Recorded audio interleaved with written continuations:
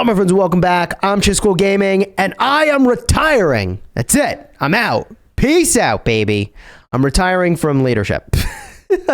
Not quitting the game, not going anywhere, but retiring from leadership. And thankfully, R4, Kakara, when I chatted with him, he was like, oh yeah, man, I'll take the reins. I got this, buddy. So he's driving. I'm still an officer. I'm still advising. There's a number of reasons why I simply don't have the time to R5, and I'm going to talk about that while I go and do my snowbusters because I don't have time, Chad. I don't have time. So let's talk about that for a minute. For those of you that are meeting me for the first time or meeting me for the first time on this channel, this is actually one of my smallest channels. I have multiple channels for mobile games. The biggest channel is for Rise of Kingdoms and Call of Dragons. It's youtube.com/@Chiscool. And I also have channels active right now for Whiteout Survival and Raid Shadow Legends. And the thing is that across those three channels, I'm playing 4 games, and also I have 3 kids, and I am married, and I would like to stay married. So, all that to say, I'm just a busy guy, and I have been King of the Kingdom. Okay, actually pay attention here, Chiscool. I have been King of the Kingdom in multiple games, in multiple kingdoms in the same game, etc. And often people look to me to lead groups, which I very much enjoy doing. And that's exactly what I did when I started Whiteout Survival. It wasn't really my intention to lead a group, but like I made an alliance, and then from there, well, the momentum of that just snowballed until we were the leading alliance of the state, and you know how this ends up. So Chiscool is R5, I'm in council, I'm doing all kinds of stuff that I really don't have time for. And it's hard to understand this, but as a content creator, I think the single biggest mistake I can possibly make is to actually be in any sort of officer or leadership role in the games that I play. And the reason that that is the single greatest mistake that I can personally commit is that every moment that I'm not doing something content related, someone else is, and I'm falling behind. Like, and that is the nature of the beast, right? Like when I'm taking time to chat with officers or chat with people in the other alliances in the state, or I enjoy all these activities, don't get me wrong, but like I could have replied to a comment on one of my videos. I could have engaged with my community more in Discord. I could have done one of like 100 different things that might make it so that my YouTube business continues on. Because the reality is that the overwhelming majority of people who want to make a YouTube channel like never are able to do it full time. I'm very much blessed that I've been able to create this situation where I'm a full-time content creator, which is kind of crazy. But what that means is that I really can't afford to be spending a whole bunch of time organizing stuff. So the way that I sort of worked around that in the interim was to basically set up the officers and squad to run the alliance, and then I would collaborate at the council level to sort of help with statewide activities. And although that is a cool idea, even statewide activities need way more attention than I should be giving to them compared to my channel. Just realistically, like any second of time spent on officer things, I should have spent growing the channel. And the trap is, again, that I just really enjoy, you know, the leadership stuff too. So I'm not complaining. I'm not saying I made a mistake or that, well, I mean, technically it all was a mistake. I don't have any regrets about having spent the time the way that I did. But I couldn't keep doing it. I for sure couldn't keep doing it. So that's when I reached out to Kakarot and I was like, okay, buddy, you interested? And we had a conversation about it and where the alliance needs to go and what needs to happen and the state, etc. And he's all in. So we got that set up, and all things considered, the state has been doing pretty well. We got 4th in Frost Dragon Tyrant with no allies, which I feel like for our first time going into that thing is a pretty decent outcome. Call me crazy, but I think we did really great. I think we have a lot of potential there. And I am very much hyped for the potential of the state. And I do feel like I've done the most that I can do to set it up for success without committing an amount of time that I simply cannot commit if I want to stay married and know my kids and, right? So yeah, it was a difficult choice, but a choice that I do feel I sort of like had to make and was very much, I'm kind of cooked here, very much correct to make. And I get that other people are busy too, right? That's not what I'm saying.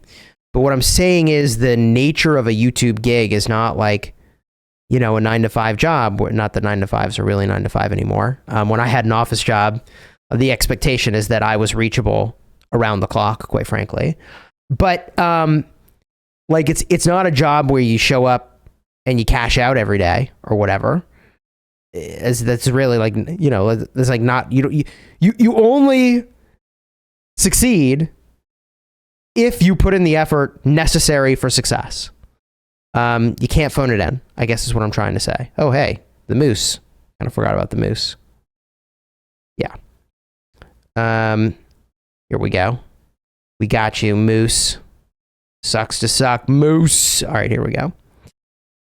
Oh, yeah. See, now this is the right use of that power up, except I really should have the other wolf in here too. So that's kind of a mistake. Whatever, it's ultimately going to be fine. We got him, chat. We got him. We're so chilling. Oh, at some point, I got to move this so that I can actually... Oh, I forgot. Okay, I should have took that at the very start. Rip bozo. All right, there we go. So, long story short, I'm backing out of leadership. I'll still be in an advisory capacity, and being in an advisory capacity is the capacity I need to be in general. That's the right use of my time. And the right use of my energy. Yeah, that's a big one. That is a big one. And the other thing that makes it like so obvious that this is the right thing to do is, as an example, I got a big event in Rise of Kingdoms tomorrow. It's a huge fight. It's kind of like the equivalent of Frost Dragon Tyrant, you could say. It's a little different. It's called Kingdom versus Kingdom. You got a whole bunch of kingdoms that slam in a map, except it's not like a 6-hour event. It's a 50-day event. And there are zones that you fight in, and we have a zone that's opening up. And when that happens, oh, there it is. It's going to be nonstop fighting for like 3 days, and then a new zone opens yet again, and then in that zone, the winner is going to be determined for the season. So it's the culmination, really, of like the 50-day effort. It's about to happen. We are about to peak, baby. So I'm basically gone for the next 5 days, let's say. Literally, I go to my wife and I'm like, all right, I'm off to war. She's like, all right, I'll see you when the war's over, and it's like, I only say that half jokingly. So if content is a little bit sparse on the channel while I'm at war, then you'll know what's going on. And I hope you'll check it out at youtube.com/Chiscool. I guess it's /@Chiscool, where you can check me out. You can see what's going on. I'm going to be streaming all of it, and it should be pretty nuts, quite frankly. The main difference, I would say, between Rise of Kingdoms and Whiteout, I mean, there's a gazillion. They're not really the same game. They both have city building war game components, but you actually fight the fights in real time.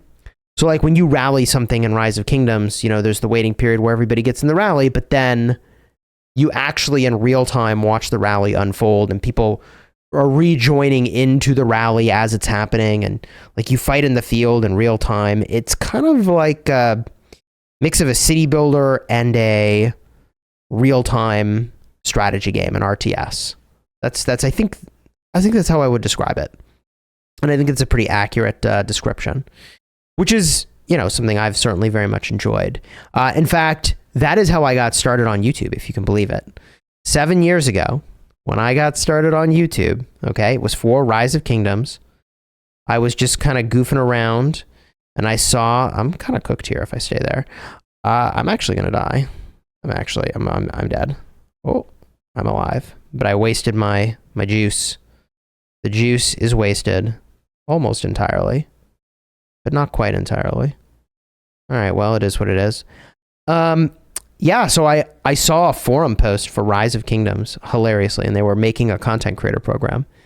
And I was like, yeah, I could make videos. I'd been playing a bunch of Star Wars Galaxy of Heroes. Oh, man. Talk about a game where the players feel like they got absolutely cooked in the updates. That's what I'm told. I haven't kept up with it. But anyways, Star Wars Galaxy of Heroes is what I was playing.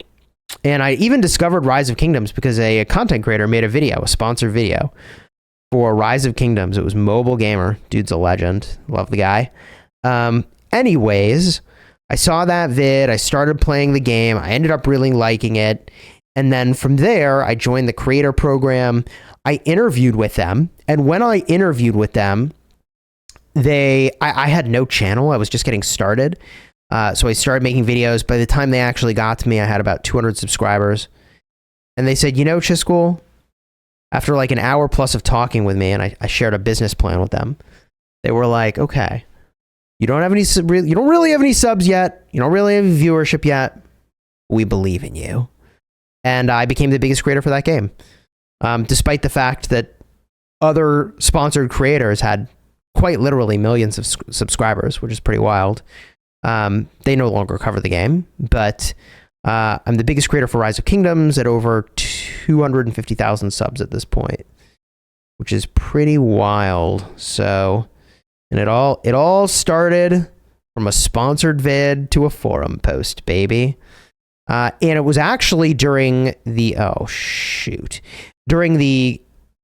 pandemic. I'm big cooked. I actually haven't died in this event since day one. That's wild. I guess trying to talk at the same time is distracting. Wait, can I get it? I'm so close. Oh my god, 10 more. Okay. We'll just get this guy real quick. There he is. There he is. What was I even talking about? I'm so distracted because I've been cooked. And I'm still catching up on sleep from Frost Dragon Tyrant. Not gonna lie. It's too early in the morning. Too early. Alright, here we go. Here we go. Yeah, I've always been a gamer. And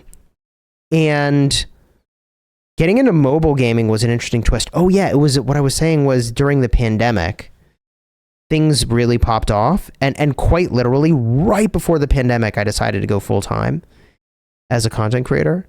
And then boom, like the pandemic hit and everybody was inside. Everybody was playing games.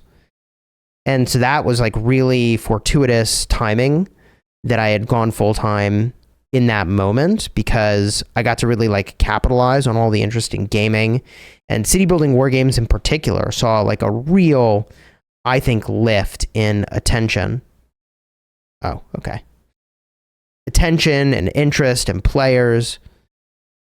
It was quite a time to have gotten started. And back when I started, I was really not much of a spender. The idea of spending money in a mobile game was crazy to me, man. I mean, I'd barely drop anything. And even though like I had a, tech job and it was like pretty legit, like I would only buy like things that seemed really high value, which is still generally the way I like to think about it, but I'm a lot more liberal with how I think about that at this point. And a part of that is that when I spend money, I try to make it content. I think I've for sure violated that mindset in my playing Whiteout Survival, where I don't know. In December, I think I spent like $4,000, which was kind of insane. That was a lot more than I budgeted, right? Like I budgeted $1,000 a month to $2,000 a month, depending on, kind of when in the year it was because of reasons. But like, yeah, man, $4,000 in December was a big outlay. Yes. And there is other stuff going on, by the way. Oh, wow. This is really awkward. I have been so like unattentive to the details here. I've actually cleared all the snow, but haven't done the bosses. Rip bozo. Okay. There we go. The other reason why it makes a lot of sense for me to be stepping back from Alliance leadership is I've had a lot of health stuff going on. If you are subscribed to the big channel, you know that I had a cancer scare. I literally had cancer and then had it surgically removed, and I couldn't walk for a while, and it was a pretty sucky process. And like, even through that process, I was doing leadershipy stuff in Whiteout Survival, and I was like, what the fuck am I doing? That makes no sense. Like, that makes I shouldn't have done it. I shouldn't have done it. But it represents my like genuine enjoyment of doing leadershipy stuff. But it's like a complete misuse of time. It's like, dude, you like, this could go sideways and you have cancer. Like, what are you doing? Not the right choice. But I recently had pigment return where they removed the cancer, which is really bad. But it turns out it wasn't pigment returning. It was a different mole. But it turns out that mole was also so atypical in the biopsy results that they basically want to do the same surgery all over again in almost the exact same spot. So that's happening next month. I'm not going to be able to walk again. That's going to suck a lot. But I've done it before. People are like, well, you've done it once, you can do it again. I'm like, yeah, okay, but like, just to be clear, it's pretty not cool being unable to walk, especially because I've been losing weight and on a diet. So it's like, it makes it really, really hard when you're not walking. So I think this time around, I'm going to ditch the calorie deficit while I am recovering from the surgery. I think that's the game plan this time around. But I did lose 20 pounds while building muscle, which is pretty sweet. And I've been working really hard at that. And incredibly, even through the cancer surgery, not the best pathing, I was able to do that, which is kind of nuts.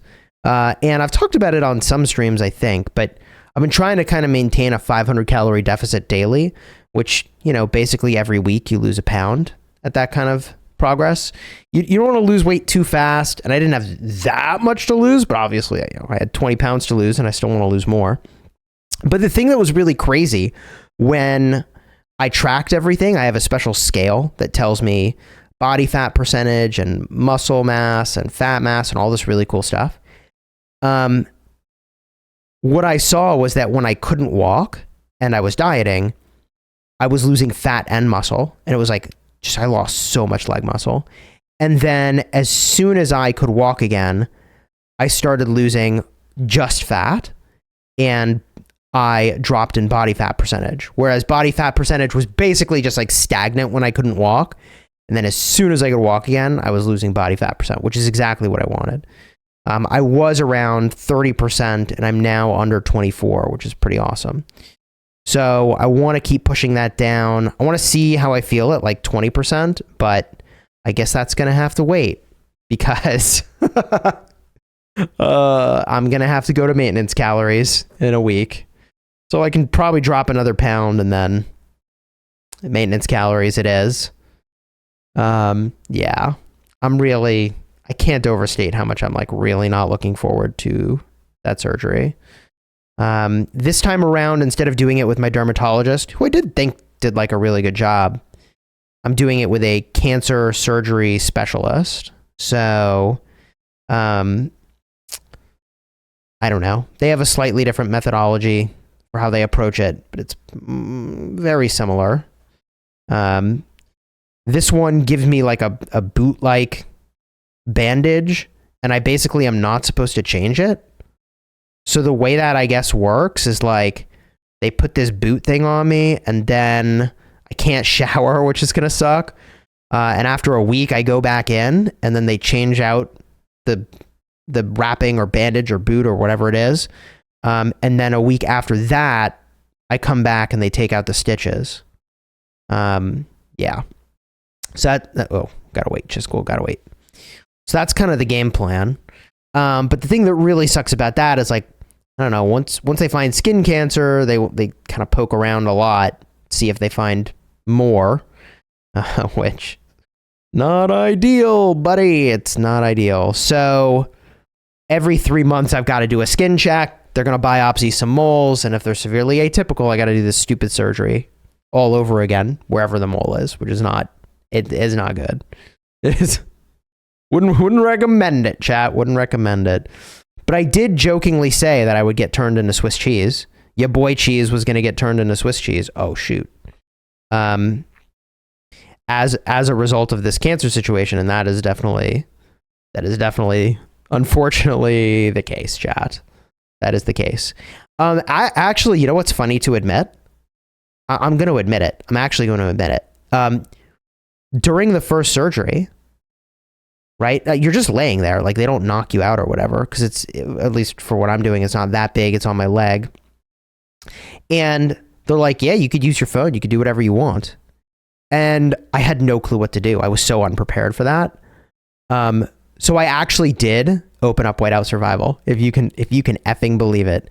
I was like, shit, this is like, I don't know. I was like, I don't know what to do.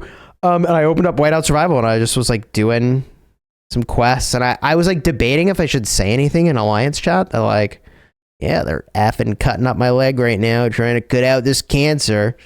I think I did say, like, yeah, I'm about to have the procedure before it happened, but like, I don't know. That's kind of the power of community games, isn't it? Is that, you know, it just becomes more than just a game at that point, doesn't it? Right?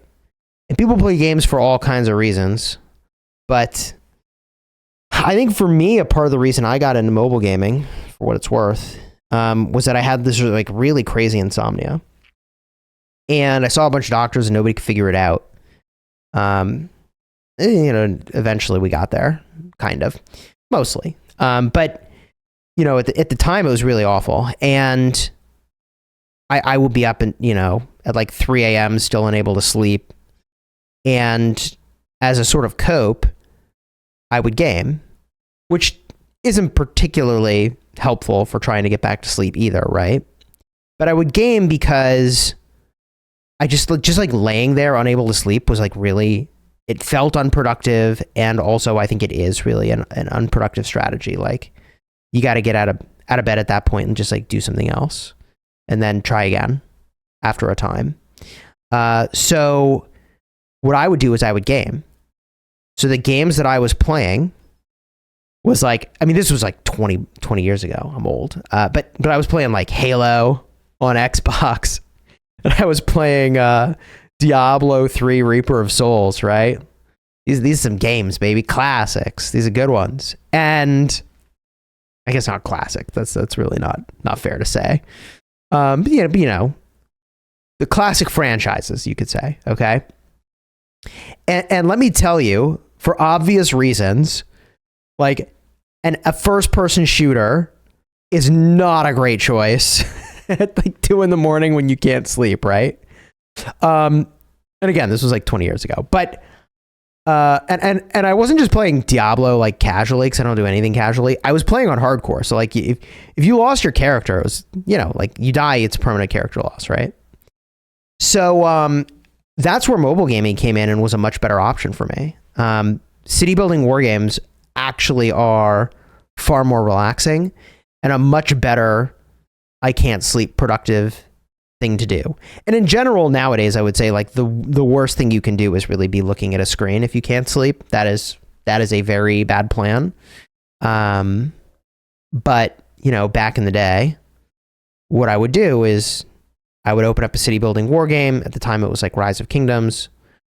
I would, you know, send out the troops to gather, do a thing or two in my city, potentially, and then like be able to go, you know, back to bed. And I wouldn't necessarily fall asleep right away, but it was a far, or even like, you know, talk in Alliance chat or just like do something casual to pass the time.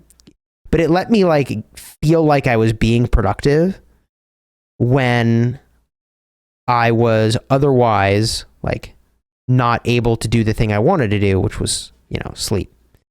So that's actually how I got into like mobile games.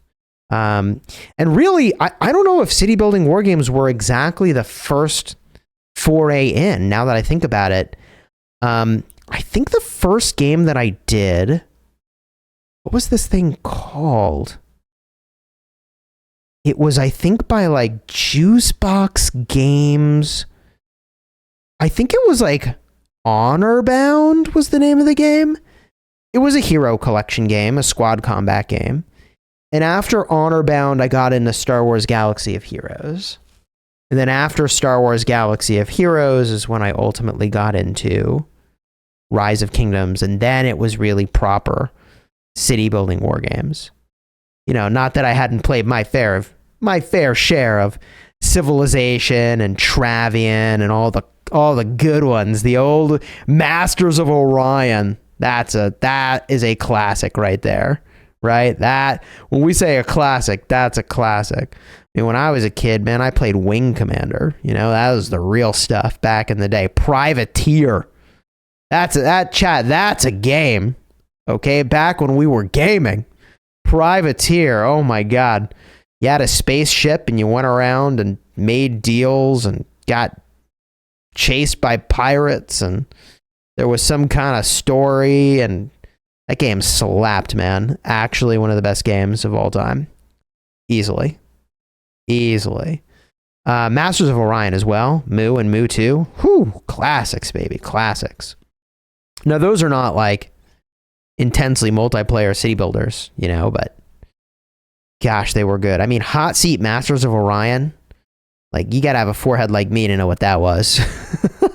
You gotta be a certified forehead to know what that was. You know what I mean? Oh shoot, I'm out. Chat, I'm out. I'm out of juice. Oh God. I don't think they're still attacking me when I'm on this screen, but if they are, I'm dead. Okay, they're not.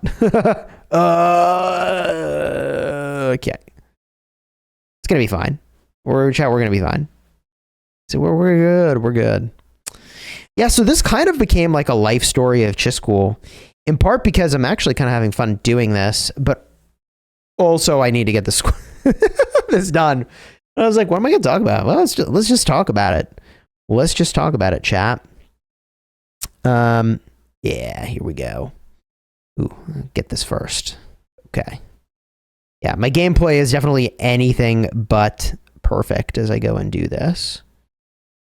Here we go. So, what else do we talk about here? We talked about how I became a content creator, kind of. I used to work in product and technology, for whatever it's worth. Web, mobile, and hardware. And I really liked working at tech startups. It was so fun. I mean, it's hectic, it's crazy, it's around the clock, which like really kind of worked for me because I'm a gamer and I felt like I was gaming, you know? And the game of a tech startup is all about like, you know, finding product market fit and building and scaling your product and blah, blah, blah. Love that stuff, man. Absolutely love it. Okay, where are we going here? Here we go. Oh, nice. We got there, baby. We got there. Bada boom. Finish it off. I don't know how many floors here I need to be doing. But this might be where we call it for now. But I've got this pass opening tomorrow, so like I'm literally not going to be able to play more tomorrow. I feel like floor 18 is for sure not where I wanted to stop. And honestly, I should have done this a day or two ago. But like I said, like, dude, I am a busy guy. We claim all this. Boop, boop, boop, boop, boop. And in terms of rewards, I gotta get 19 done. And I'd really like to get to 23. But I might hit the treadmill when I'm doing those and do those in a little bit. We got this battle pass done. Very poggers, chat. Battle pass completed.